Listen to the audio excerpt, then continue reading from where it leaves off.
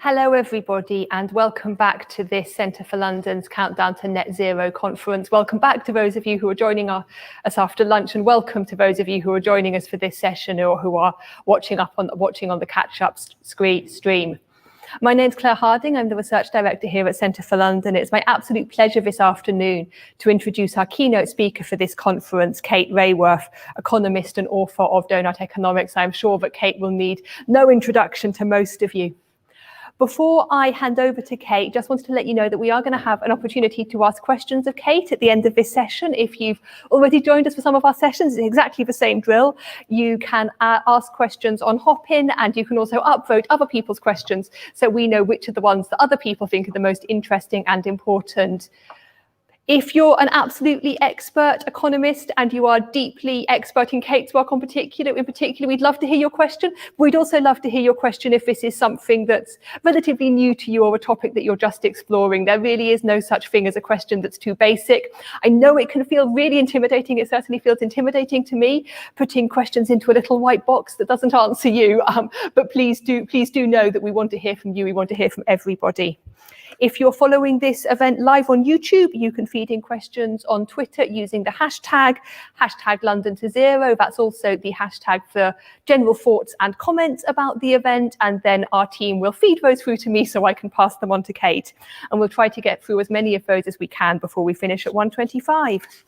So without further ado, it is my absolute pleasure to introduce Kate Raworth. Thank you, Kate. Thanks, Claire. It's a real pleasure to be here today. So I'm going to talk about whether London can thrive in the donut. And I want to start by pulling out of this Tuesday afternoon in June 2021 and recognise that the 21st century has begun with multiple crises. From financial meltdown of 2008, we live in this era of ecological and climate breakdown, and most recently, COVID lockdown.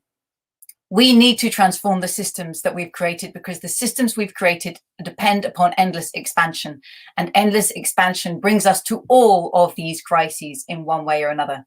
So we need to transform the sense of the shape of progress. And I believe rather than imagine that the shape of progress is endlessly expanding, it looks more like a donut. So the goal here, if we think of humanity's use of Earth's resources radiating out from the center of this picture, the goal is to leave no one in the hole, leave no one falling short on the essentials of life, from food and healthcare, education, housing, transport, income, political voice, social equity. But at the same time, as we collectively use Earth's resources, we must not overshoot that ecological ceiling. That's where we start to put so much pressure on the life support systems of this planet.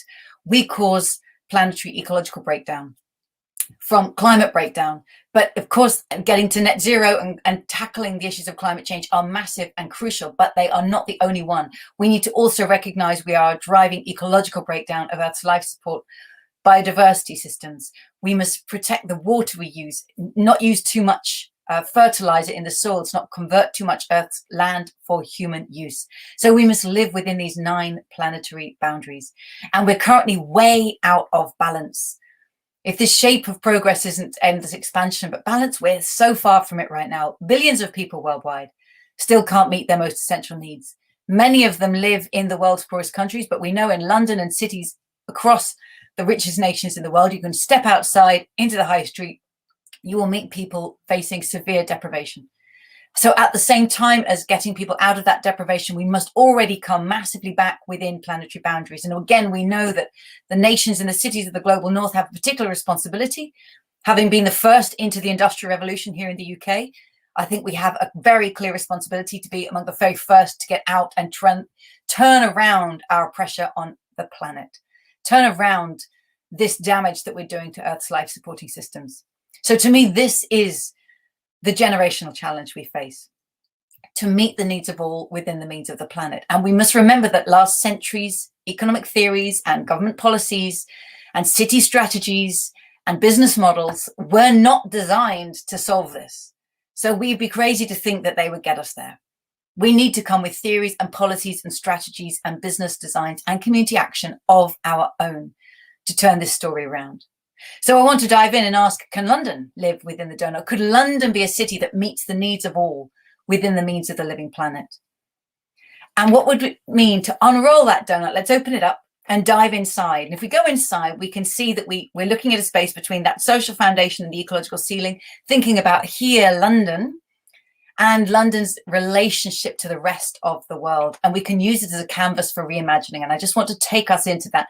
It's a holistic framework that can bring any particular policy into these lenses. So the question is this: how can London become a home to thriving people in a thriving place, while respecting the well-being of all people and the health of the whole planet?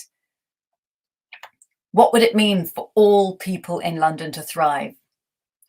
How can London become as generous as the wild land next door? These are local aspirations to be thriving people in a thriving place, but they have to be set in the context of global responsibility, recognizing that London, like all major cities, are deeply interconnected with Earth's resources and people worldwide. So how can London respect the health of the whole planet through its connection of global supply chains and the people in those global supply chains? So these are the four lenses of what we call the city donut portrait. And I want to dive us in and just start imagining what would it look like to start asking and answering these questions for this city.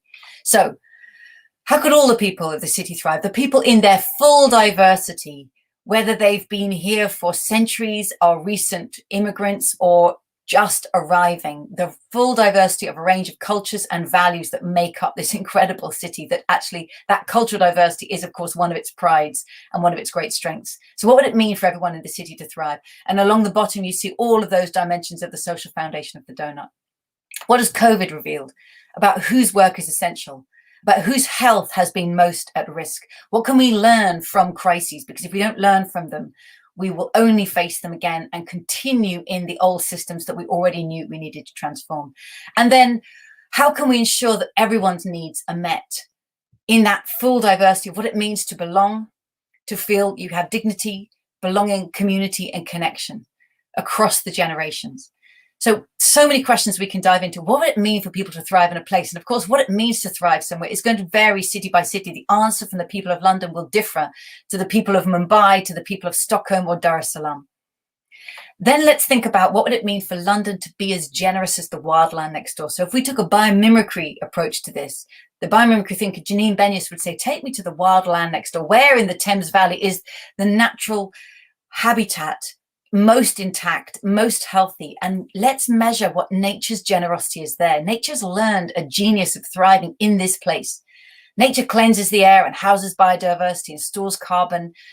And can the city mimic and aim to be as generous as that wildland next door? And how? So how can London store carbon and cleanse the air? And of course, trees are a key part of that answer. How can London welcome biodiversity in its landscapes and create wildlife corridors? How can London harvest solar energy, whether through imprinting solar panels or indeed rooftop gardens and farming? How do we recognize that we want our cities to belong as part of the ecosystems in which they are nestled?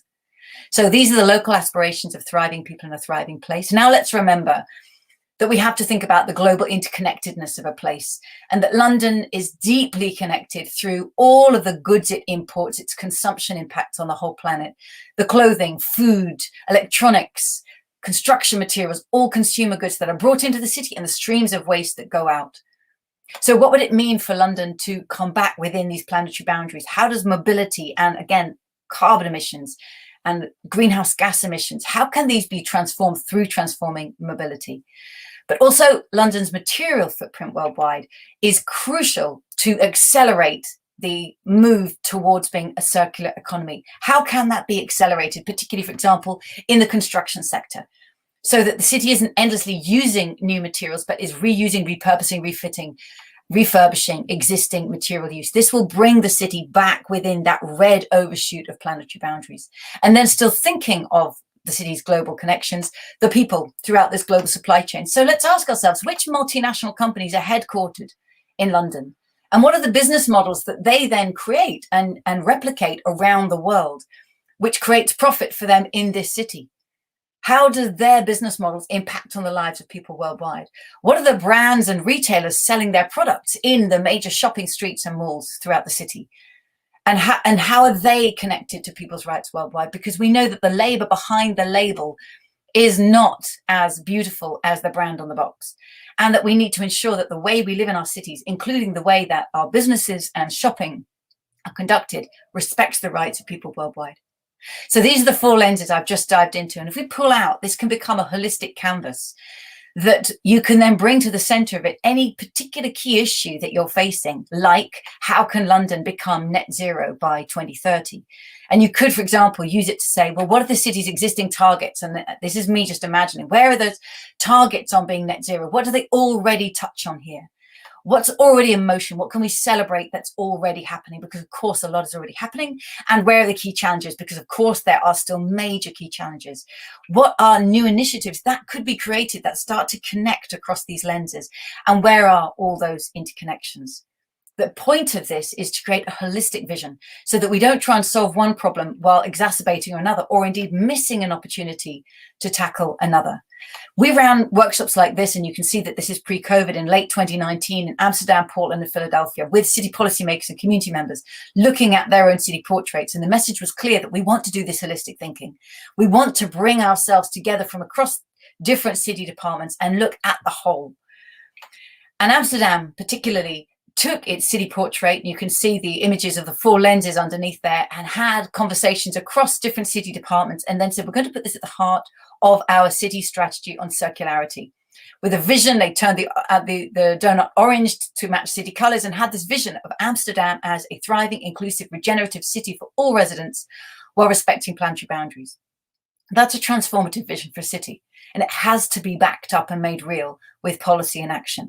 So key to that is their circular strategy, aiming to put the donut at the top there, as you can see, to have a strategic frame to be 100% circular city by 2050. No one yet knows what that means, but to aim to be 50% circular material use by 2030. That is high ambition within a decade.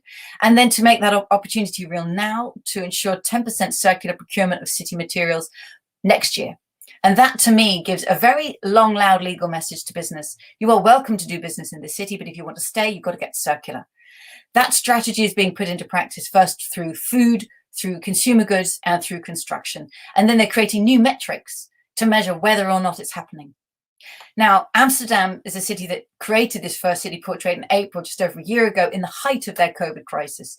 And it kicked off a lot of peer-to-peer inspiration internationally. We then at Doughnut Economics Action Lab quickly published the methodology by which we created it. It's on our platform, anybody can use it. And it created inspiration in cities led by city governments or by communities within many places. There were also community within Amsterdam started organizing and saying, we're going to make the Doughnut Coalition across a spectrum of community-based change makers. They inspired many others, including in London. And there's the Amsterdam Doughnut Coalition in London if you want to be part of that and helping bring these ideas.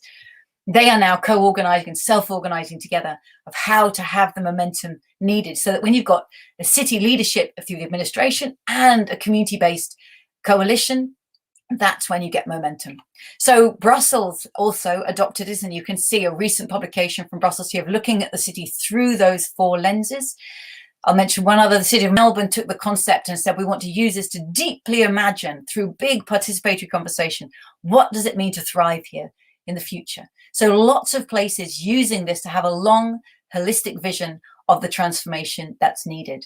I'm going to stop here and just say that the work we're doing at Doughnut Economics Action Lab is to connect with amazing change makers everywhere, because change makers are everywhere, whether in government, in business, in the community, who are using these ideas to bring about transformations they already knew they wanted to make in their place. You can join our platform, you can browse its tools. We simply ask for reciprocity. If you use these tools, please share back what you learned and share back what you innovated. And on the platform, if you want to dive into this, go and look at this tool about an introduction to downscaling the donut. I'm going to stop here because I really want to make sure there's plenty of time for conversation. Thank you so much. Thanks, Kate. That was so interesting. And if, like me, you were watching what Kate was saying and watching all of those slides and thinking, I wish I took notes, then worry not, because we will put this up online afterwards and you can watch it slightly more slowly at your leisure. And you can also, of course, read Kate's excellent book. We've just got questions coming through now. So I'm going to use the ludicrous privilege I get as the chair of this session to ask one that's actually came out of the session I was chairing earlier about young people and green jobs in London. And we know from polling that we've done here at Centre for London and from the work that we do with organisations in our city, and indeed from our own personal lives as Londoners, that young Londoners are so energised by climate justice and by social justice, but they sometimes don't quite know what to do in terms of their career, in particular, in terms of how they choose to use the vast bulk of their time. I wondered what advice you'd give to an enthusiastic but slightly uncertain young person wondering how best to make a difference. Well, actually, the first advice I want to give on hearing that question, the first advice is to the leadership of the city, because this city has a phenomenal young generation with skills, with innovation and with energy, and it has to be harnessed. So in Amsterdam, I see the government putting in place really clear regulation about circularity. Now that means any young person coming out of school, university is graduating into a city that is committed to be 50% circular by 2030. I would like to see London step up and make that commitment. We're going to be 50% circular by 2030. Amsterdam is going to have no fossil fuel vehicles in it by 2030.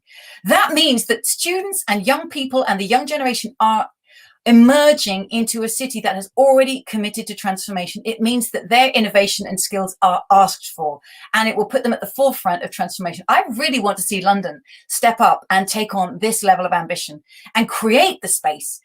The innovative young people should not be saying, how do I best find ways to do this? It should be being made mandatory and that space opened up by the city. So get involved in initiatives, get involved, but also call on your city, the amazing city of London, to put those boundaries in place, because boundaries unleash our creativity. And when we tell business, this place is transforming, get moving, it's incredible. Business stops lobbying and just gets on with it, and the innovation will be released. That was fantastic. Such an interesting and inspiring answer. Thank you. You've already mentioned Amsterdam, Kate, in your discussion today, and I know you touched on other cities as well. Are there any other cities that you'd like to highlight as particularly good examples that London and Londoners should learn from?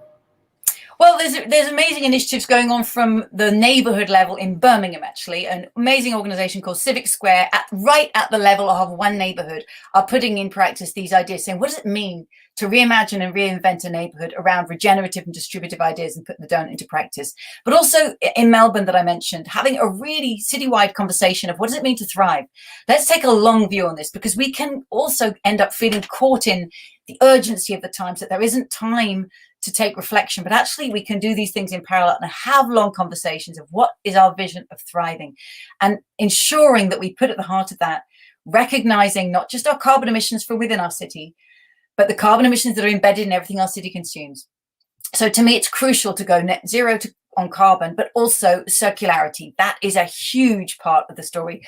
London Waste and Recycling Board, of course, doing great work and providing leadership, but I think it's time for London to be more ambitious and step up on that, and then become a city at the forefront of this transformation that is driving circularity on the scale and speed that actually every city in a high-income world should be doing. Thanks, Kate. I'm so glad you mentioned waste and recycling. It's one of my slight policy obsessions, and I really like talking about it. And just people kind of roll their eyebrows, and unless they're small children who like seeing recycling lorries. But it feels like this is something that we need to talk about much more, because it's such an important part of how we manage our whole systems thinking as a city. I've got a question now from Magali Thompson, who I know is someone who's doing really interesting work herself on taking green steps in the public sector. And she asks, has the donut model been applied to any public sector settings that you're aware of, like the NHS or a local authority? In the UK, there are certainly local authorities in Cornwall. The Cornwall Council have actually used the donut and adapted it into a decision-making tool there. There's a really interesting project going on in Leeds. It's community-led, but it's interacting with the city. And I'm just talking about the UK at the moment, but in Brussels, it's absolutely been led by the Secretary of State for Economic Transition. So there's really interesting traction going on. I have to say, when I wrote Doughnut Economics and created these ideas, I put aside the attempt to appeal to politicians and government, because I thought if I do that, I'll write something very incremental and practical and feasible, and the world doesn't need more of that. So I put them aside. What's amazed me is the extent to which policymakers, city councillors, city mayors are coming and saying we want to do this. And it tells me, one, the world is changing very quickly, and two, there are ambitious change makers everywhere. So actually I've spent more time working with city officials over the last 2 years than probably any other group of change makers in spaces. So there are a lot of places adopting these ideas. I just want to come back on the waste and recycling. I mean, it is time to rename this. Like, London Waste and Recycling Board should just be renamed London Regenerative Circularity Movement or Initiative or regulation, because it's not about waste. There's no such thing as waste. All pieces of waste, nature will tell us, is food for the next. So we need to learn to become circular. So I think it's time to move our language and our framing. No wonder people roll their eyes. We sort of waste and recycling. Is that about litter? No. This is about our use of materials on planet Earth and how in cities like London, we massively need to innovate. And by the way, that's going to make us so creative. It's going to unleash possibilities we can't see yet. Thanks, Kate. And if anybody's listening from the Waste and Recycling authorities, please talk to us. It's really inspiring hearing you talk about change being made at a city level, because of course we're a city think tank, and I know that a lot of the people in the audience with us here today are working at the GLA or local authority. So thank you for sharing those examples. That gives us a lot of food for thought to follow up on, and thank you for asking the question as well. We've got some questions coming in about ensuring that nobody is left behind, which I know is both inherent to the concept of the donut and a really big question to ask, because there's lots of different ways in which people can be left behind. But I wondered if you could maybe point towards what you see as the greatest risks that we need to be focusing on avoiding. So ensuring no one's left behind in different dimensions. I think there's some really interesting experiments going on around the world, trying out policies that people thought would never be happening and actually are now. For instance, Stockton, California, trying out a guaranteed income trial over the last year has actually had really positive effects in terms of supporting people to get out of long-term unemployment and giving them the money to go and travel to job interviews or the security to try something new. So some policies like guaranteed income, and I know Glasgow is thinking about trialing it, these experiments are crucial because it means that there is a wider set of ways that we can intervene and support people, but also in terms of housing and ensuring the quality of housing, and in terms of the wider ownership. And I want to just come to one thing, thinking really structurally about the city. I've talked about creating a regenerative, distributive city that lives within the donut, but what really matters is the design of city institutions behind it. So what is the city's purpose? I showed Amsterdam, right? Amsterdam, this wonderful purpose. How is the city networking with its residents, with business, and with other cities to become transformative? How is it governed in terms of who has voice in decision making? But really crucially, how is the city owned? Who owns the land and the housing and the enterprise in this city? Who owns the data? And because how things are owned profoundly shaped how they're financed, and therefore what finance is demanding. And we need to ensure that London, much of which is in private hands, much of which is actually, I think, a lot of London's assets and housing is currently used as a high luxury financial investment return, when actually housing is a human right. You know, in the city of Vienna, over 60% of people live in housing that is social housing, owned and controlled with an affordable rent, owned by the city, because the city recognizes that housing is a human right. So how the assets of a city are owned and financed is crucial to ensuring that they are designed in a way that means no one gets left behind. Fantastic, thank you. We've got lots of interesting questions coming in, but I'm just going to come to one more because unfortunately we're going to have to end because there are going to be other interesting sessions as well. But someone in the audience is saying that the Amsterdam work sounds really great, and I agree, but they're very knowledgeable. They say that Amsterdam has 820,000 people in 8 municipalities, and London is of course very considerably bigger, both in terms of the population size, about 10 times that, and the number of local authorities we have. And they're wondering what lessons can be learned to scale up this work in a bigger city like London. And they're doing it at a tiny neighborhood scale in Birmingham, and they're doing it on the island of Barbados and Curacao. So smaller places, I think, tend to be innovative. They get on with it. Of course, London can do this. My goodness, if London can't do this, then the cities of the world can't do this. So we need to rise above the old ways we got entangled, and we need to think about a bigger vision. The City of London can, and I don't mean the City of London, I mean London as a city, can provide so much leadership. And actually when London wants to lead, my goodness, it just jumps up and leads. So if on something that's slightly more tricky, if we suddenly say, oh no, we're too big, I mean, come on, we can do this. And we're a tiny nation actually in the world. and have a real opportunity to show now what it means to put vision at the center of what you do, what it means to actually transform, because it puts you at the front edge of innovation. Amsterdam is now full of architects and designers and urban planners who say, we're now designing circular. We've now got skills that are going to be needed across Europe. So this is about choosing to be innovative. I have absolutely no doubt that London can do this. Thank you, Kate. I feel like we should bottle that quote, and I have absolutely no doubt that London should do this and put it on, well, I would say T-shirts, but probably something a bit less throwaway for us all to remember. Thank you so much for that really interesting session. Thank you to the audience for putting such great questions. I'm sorry we didn't quite get to all of them, but I think hopefully we got a flavour. I'd like to thank, as always, our sponsors for this event, major sponsor Uber, supporting sponsors KPF and the London Borough of Hounslow, and our exhibiting partner Living Streets. Please do have a look at the online expo to find out more about any of those.